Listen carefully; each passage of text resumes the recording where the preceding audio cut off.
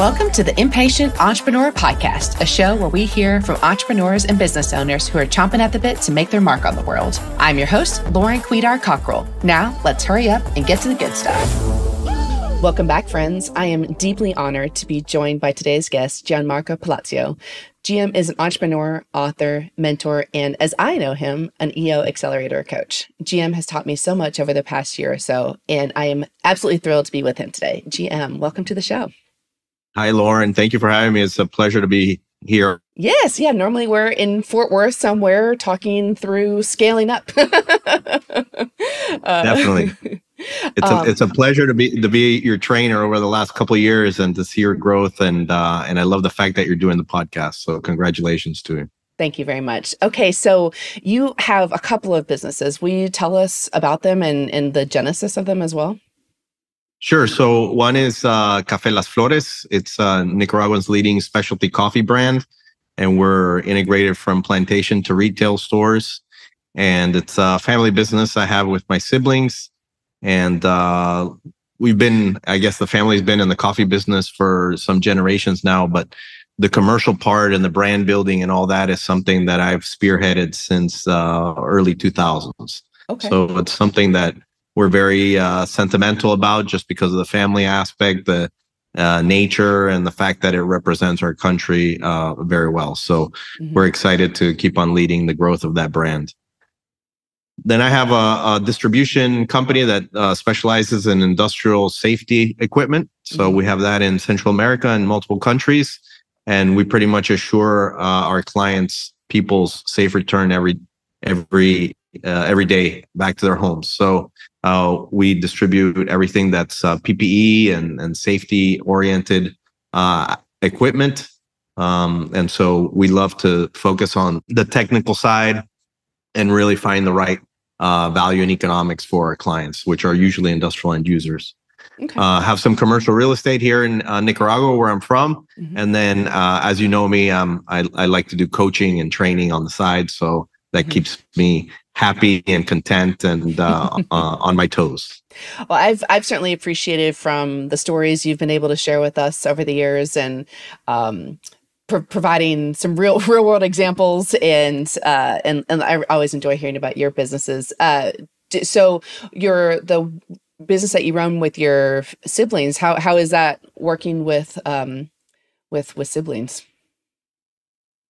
Well, family business in general is a real challenge. I have other family businesses that we're involved with, and really it's a challenge if you don't set it up correctly. And one of the biggest challenges that I had when I was starting out and scaling the business with them is that one, they live in another country, so that's the first challenge. They're not operationally involved in the business. So even though that gives me maybe some day-to-day leeway and ability to run the company as I see fit, but it also requires, a higher level of transparency and engagement and trust when it comes to delivering the results. Because, as siblings, even though you have that trust and that history, there's still a lot of other things that go on, right? Between relationships. So, and we're the number three. So, if two are in favor of something, then the third one feels a little left out. So it's a challenge, and so the way we organize ourselves, we created a family protocol. We had a consultant come in and help us with that, shareholder agreement, create sort of a plan for the family to work for future generations. And then obviously, eventually hired on a CEO that runs the day-to-day operations. So I lead the board and work with the CEO sort of as the visionary of the business, and allow that role of the CEO to lead the business on a daily basis. Gotcha. And did you start CASCO from scratch yourself, or was that a family enterprise as well? Yeah. So the industrial safety business called CASCO Safety. And I started that in 1998. So we're 26 years in. And I started with $5,000 saved up from my college internships. So I was very ignorant and very frustrated when I did it. And I was 21, and so right out of college. So it was definitely a shot in the dark, I would say. But it's been what I like to call my canvas, where I've been able to paint my sort of leadership and business picture of who I am, and grow that and develop that. And that's given me the sort of the infrastructure to be able to do that. And I had great, successes and great failures with it. So it's given me the whole spectrum as far as entrepreneurship goes. And so I'm really grateful for it, because it has given me so many deep and memorable experiences. I'm so curious about, you starting this business at 21. I feel like a lot of young entrepreneurs who start something fresh out of college or in college, they don't end up running it 26 years later. It either morphs tremendously, it closes, they exit in some fashion. So it sounds, I'm imagining it's been through many transformations over the years. Oh yeah, there's been very many 0.0s, definitely, that's for sure. But remember, I operate mostly in Central America, so they are different style economies. They have a lot of more, especially here in Nicaragua, where I'm mostly based. They have many more obstacles. There's a lot of macro and sort of environmental issues to overtake and obstacles to remove. And the secondary market for businesses is very small. So selling a business, closing a business, those are not that many. There are not that many options for that. So once you do establish a business that keeps on going, you try and scale it, make it as profitable as possible, and make it to write the model as much as possible with all the changing environment issues that are happening. So it's not an everyday event that, people are unloading a business or buying another one or things like that. I mean, it happens, but it's not the most common thing as it would be in the US or Canada or Europe. You're just holding on, and it's going to evolve. Well, it's a long-term play usually. And they're usually, companies usually create some sort of generational value. And, I don't know if, my kids will ever want to work in it or anything like that, but eventually I'm always open as a good entrepreneur. I'm open. I think everything has a price.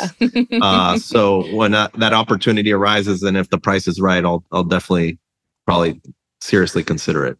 So I am very ignorant to the business economy in Nicaragua and Central America. What is the entrepreneurial environment like? Or do people spin up businesses often there, or is it unusual to be an entrepreneur? Well, so roll up or spin off, or what was the exact question? Just starting one, like, every day, just someone starting a business in America. Usually it starts with the self-employment hat, right? And so they're usually small companies. The other thing that'll happen is that you'll have somebody that's already operating in a couple other countries, and they'll want to be in this market or in another. And so they'll bring in their model, which is, what I did. And so you already bring in a sort of a general model, and you apply that there, and you splash into that marketplace there. So usually that's the most common. And then it's the small entrepreneur that usually generates some sort of self-employment first, and then business, they move on to the business operator stage. So first official question, GM, are you an impatient entrepreneur? I love the question. Compared to the average person, I'm extremely impatient. And compared to my team members, I would be on the top tier, right? But I used to be a lot more impatient. I consider myself a lot more patient now as I've matured. I think my companies as well have better rhythms in the business. So I used to off the cuff, bother my people a lot more because I was impatient about information or whatever. And I think we've talked about that in the trainings and stuff. And so now I'm a lot more patient to receive information, or I know that I can count on that information at a certain date. So that doesn't prevent my people from getting distracted. and being an obstacle to them, hopefully, right? But I firmly believe that most of us can advance some sort of process, even though the ball is on somebody else's court, right? And how can we answer like questions before they've arise? And how can we plan 5 steps ahead? Those are questions that I'm always asking my team to look at. And that's where I want to provide value, because if I send a piece of information and somebody still has like 5 basic questions around it, then I'm not doing my job well. I should be answering the next logical questions 5 steps ahead.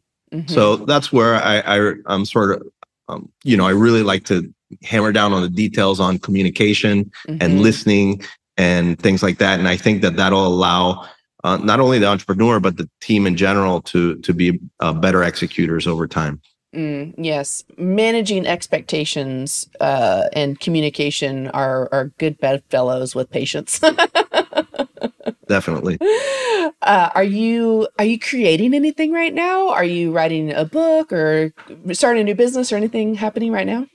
Yeah. So, I'm always trying to create on different areas of my life. So I guess physically, since January, I took on a trainer, and I'm really focused on, more muscle density and things like that, and really taking a more disciplined approach to learning all about my physical well-being in that sense. So that's something that I've been doing, and I've seen progress over these almost 6 months. So I'm excited about that. Family-wise, I'm helping create some great work experiences for their first internships for my 2 eldest teenagers that are in high school.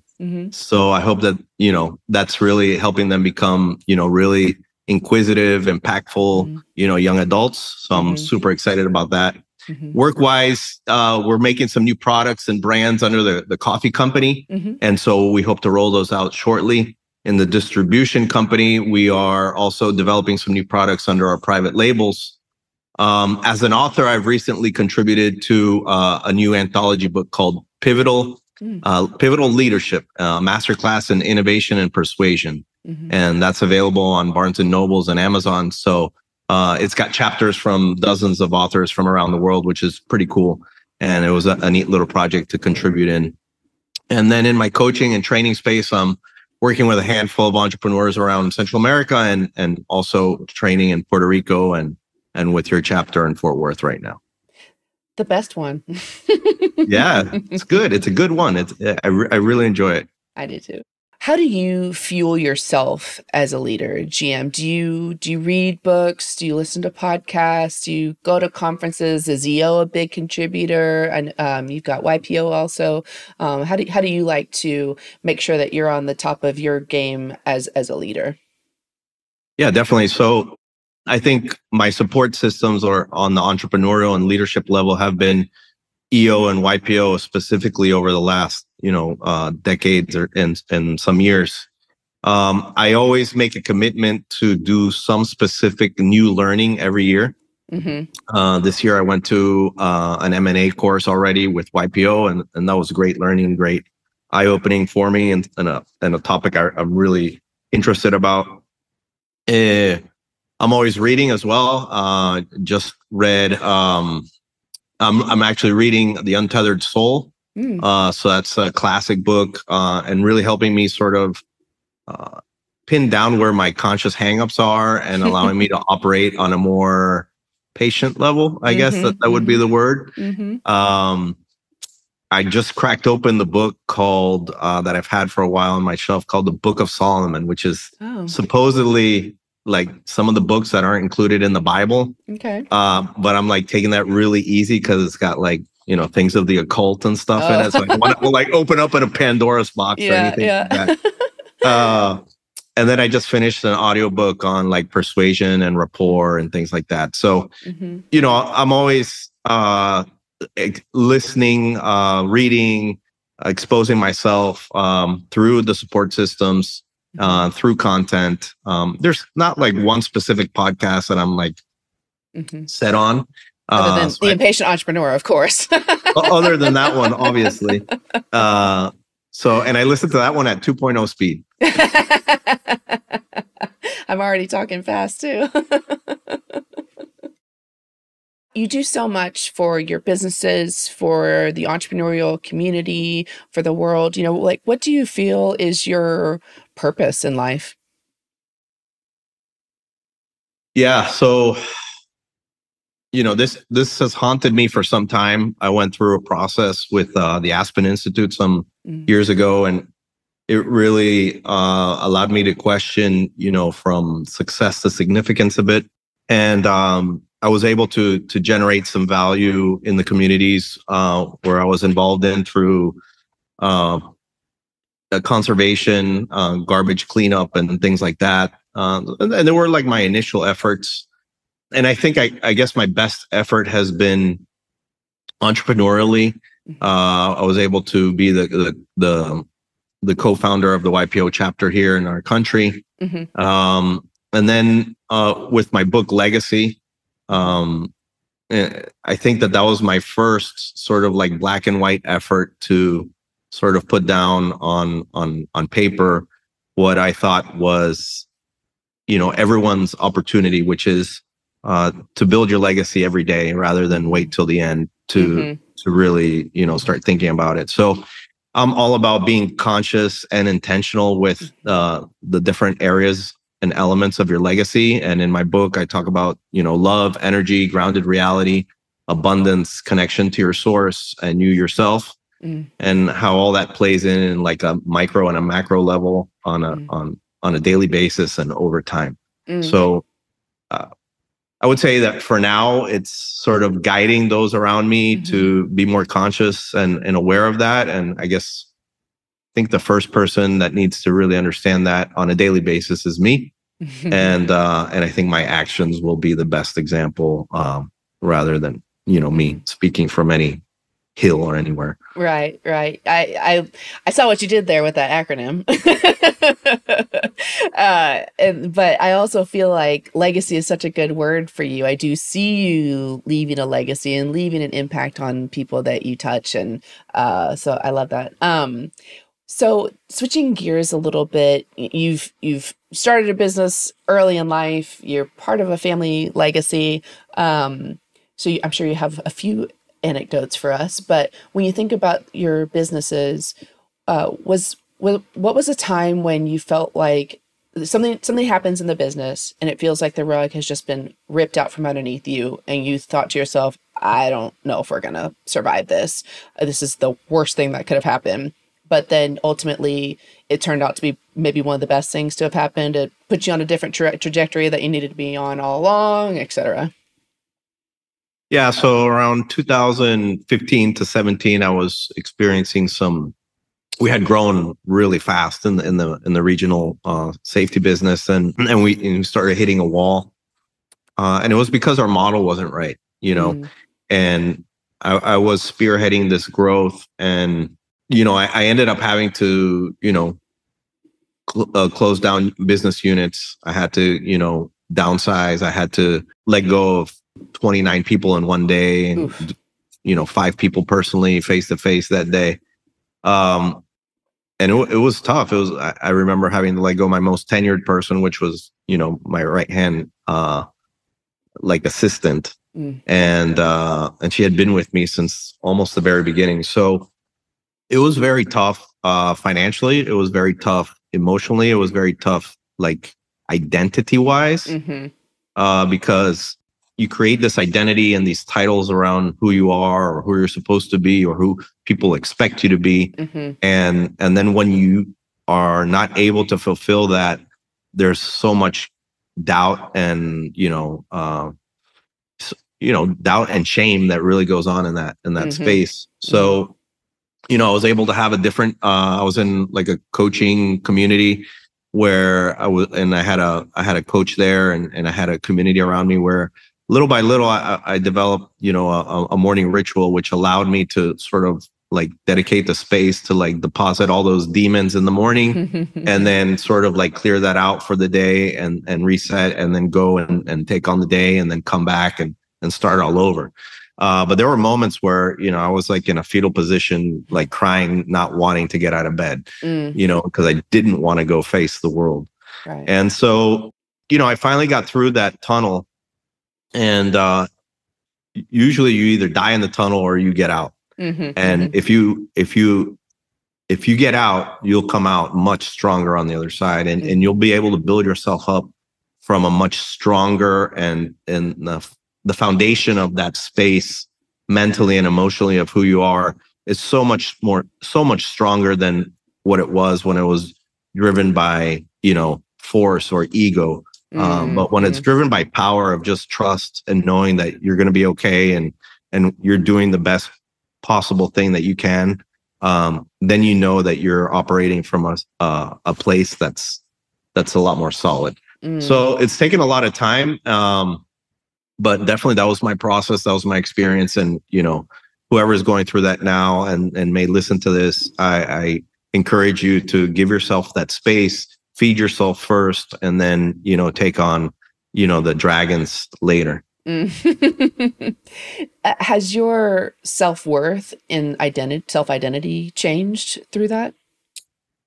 I had this like pedal to the metal attitude of being a, uber successful entrepreneur that, had to, keep up with the Joneses and in EO and YPO, you see, like super successful people on a monetary or a business size level. And so, you're always admiring those people and thinking of how you can get to those levels. That, I wouldn't say that's completely eradicated from my energy.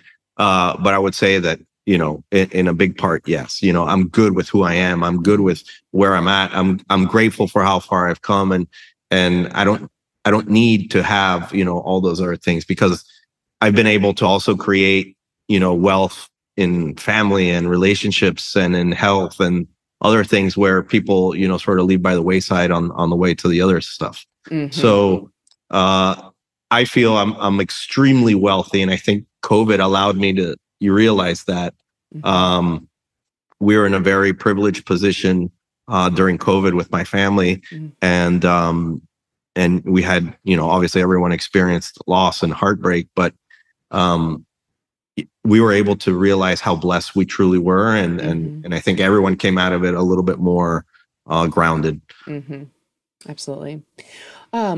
Going back in time when you were a young boy, was there a personality trait where people maybe criticized you for it, or you felt like there was a piece of you that was a weakness, like, impatience or ambition or competitiveness or empathy, things like that.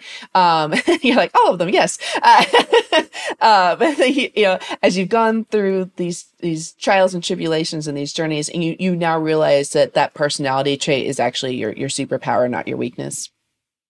Yeah, I don't need to go back to my childhood. I think it's pretty recent. No, I think between friends, and like family friends, and always like, oh, you're competitive, really? Oh, we never noticed. But I think there's a saying in Spanish that says, one who embarks on many things doesn't, never really like nails one down. Never nails one down. And so I think that's a constructive criticism that my wife gave me a lot. As I was growing my companies and I was doing other projects as well. And so, some time ago, speaking with one of my forum mates and going on a walk and in the jungle, we were talking about this exact issue. And I said, look, I've been on this search for my superpower, and we were talking about like superpowers. And he's like, well, I think that is your superpower. I mean, you're really good at that, and I think you just need to accept it. And, I came out of that walk and I was just like, you know what? I think he's right. I think I am able to juggle a lot of things at once. And I know there's, whatever amount of literature and studies on multitasking, but I think I get bored. And I think if the two sides of my brain aren't stimulated on a consistent basis, then I'm going to get stagnant and, potentially get bored and want to start other things, because that's what I am. I'm a starter. Yes. And I've just become a better manager a little bit over time.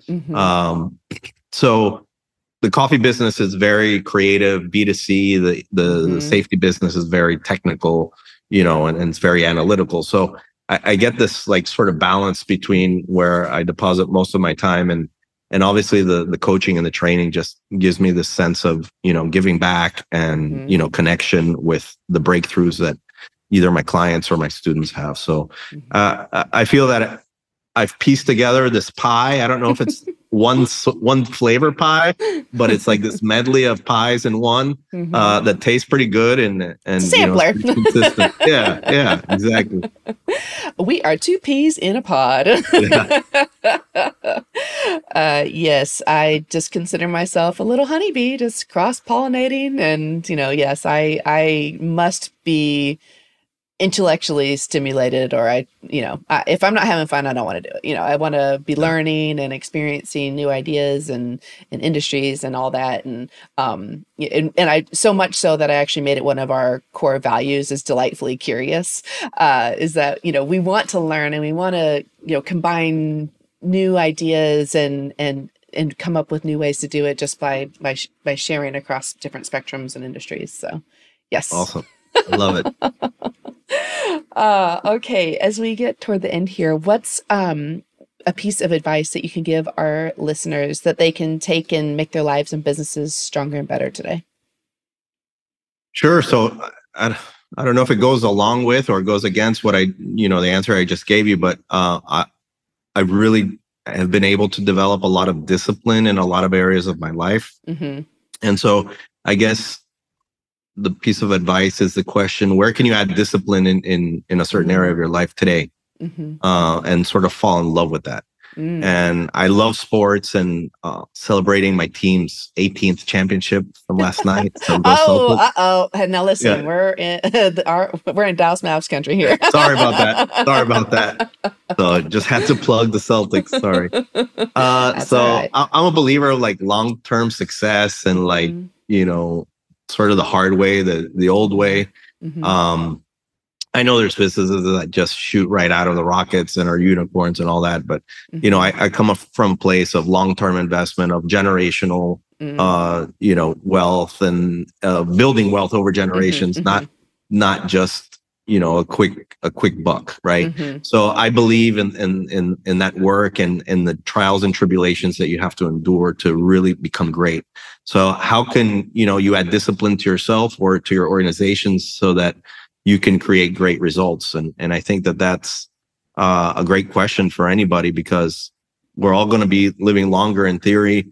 So that just gives you more opportunity to have long-term results that are more impactful over time. So how can you really fall in love with that discipline, and where's that going to be, and where are you going to bring it to, and who are you going to challenge to join you on the ride? So I would say that's my advice. I want to pause here for a moment. I'm not going to let you go yet because I want to talk about this for a second. As someone who also enjoys starting things and is impatient, and there's shiny objects here and there, and I've really had to build my own discipline, particularly as the boss and as the job creator, and wanting to have a strong business and create a vision and lead people toward it, and not frustrate them with new ideas every day. Do you find that you kind of have to trick yourself with that discipline? I mean, what are some tricks that you've or tips that you have for yourself that you've found around building discipline? I want to give myself a pat on the back, because sometimes I feel like, wow, sometimes I just don't want to do it, but by golly, you got to put that foot in front of the other and just keep walking. But I'd love to hear more from you about some things that you've done to make you more disciplined in the face of impatience or eagerness or new things. Sure. So I believe a lot in sort of tough love. I think that it's been sort of I wouldn't say my full parenting style, but I think there's an edge that we need to bring to ourselves, especially as, I don't know, I like I say, I love sports. I'm competitive, and I think that there's this level of like challenging yourself to see how far you can go, and I think we see that from extreme sports people or endurance people, or even like real high successful entrepreneurs. Mm-hmm. So I think that challenge is sort of the first thing that needs to exist is, how serious do you want to take this? And, like I can remember like playing with my kids, like soccer or basketball, and then they start messing around. I'm like, you're not taking it seriously. Mm-hmm. I'm leaving. And I know it's like, oh, what a bore, you're always so serious, but I'm not. But when we are going to do it, let's do it. It's sort of like that switch that we can turn on and off. Mm-hmm. And so I think that's one. And I think the other thing is like, who do you admire or who's out there that's been a role model to you? Mm-hmm. And you sort of like brainwash yourself and say, what would this person do at this moment? That's doubting. You're doubting yourself, or you want to stay home and it's raining, and instead of going out and having to do that run or that walk or, whatever you need to do. Mm-hmm. So how would this person go about thinking about this? Mm-hmm. And the whole point is that you don't really think about it if you want discipline. You just sort of do it. Right. And you get to that point where that sort of thought process and that internal dialogue just reduces and reduces and reduces to a point where, you just get up and you do it. Or at, every Monday at 10 a.m., you turn on, the Zoom meeting and you connect with your team. Mm-hmm. Or, you have that lunch with that person, or you have that date with your spouse, or you have that, time with your kids before bedtime. So, all those things are important just to have sort of like in your system. Mm-hmm. The shorter, the better, and the easier and more sort of like automated, the better. And I know that's easy to say, but to execute, it's a lot more. Right. Well, if you have to think about it, you're going to think yourself out of it. Oh yeah. Yeah. You're going to find 1,000,001 ways. And I love the stuff. I love the phrase that says, what's easy to do is easy not to do. So, I mean, it's easy to work out. Mm-hmm. It's easy to, whatever, to have discipline, but it's also easy not to do it. So who's going to be that watchdog for yourself? Mm-hmm. And that's where, accountability comes in. And the more that we can have accountability partners or groups, I think it's more valuable. Absolutely. Absolutely. It helps with something. I coached my daughter's second grade soccer team one season, and it was always, we practice how we play. We're not going to goof off. We're going to practice how we play. And I think, when we think about accountability and coaching and all that, that helps us make sure that we're practicing how we're playing and showing up every day for real.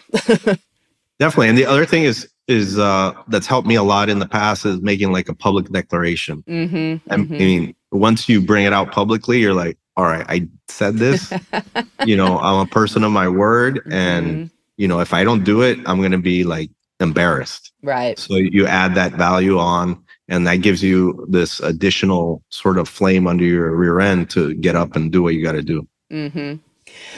Agree. Okay. Where can people find you? They can find me on LinkedIn, IG, but mostly LinkedIn. Mm-hmm. So you can reach out to me there. I'm on LinkedIn usually, a couple times a week, so I can respond quickly. And, I'm always looking for great entrepreneurs to be able to coach and help and help develop. So if you're interested in having a chat, we can have a free discovery call. Awesome. Well, I think you're a wonderful coach and mentor, and I'm so thankful for you, and thank you for being here today. I've enjoyed it. Thank you, Lauren. You're doing a great job. Congratulations, and can't wait till it comes out and listen to my under the weather voice. You did great. Thank you. All right. Take care. Be well. Thanks for listening to The Impatient Entrepreneur. Love the podcast? Be sure to share it with a friend or colleague and give us a 5-star review. You can also chat with us on Instagram or Facebook at The Impatient Entrepreneur Pod. Want to star on a feature episode? Head over to theimpatiententrepreneur.com to inquire. Thank you to the team at Cuidar & Co. for believing in me and bringing this podcast to life. And thank you to Carson Childers for mixing and editing this episode. I can't wait to see you next time.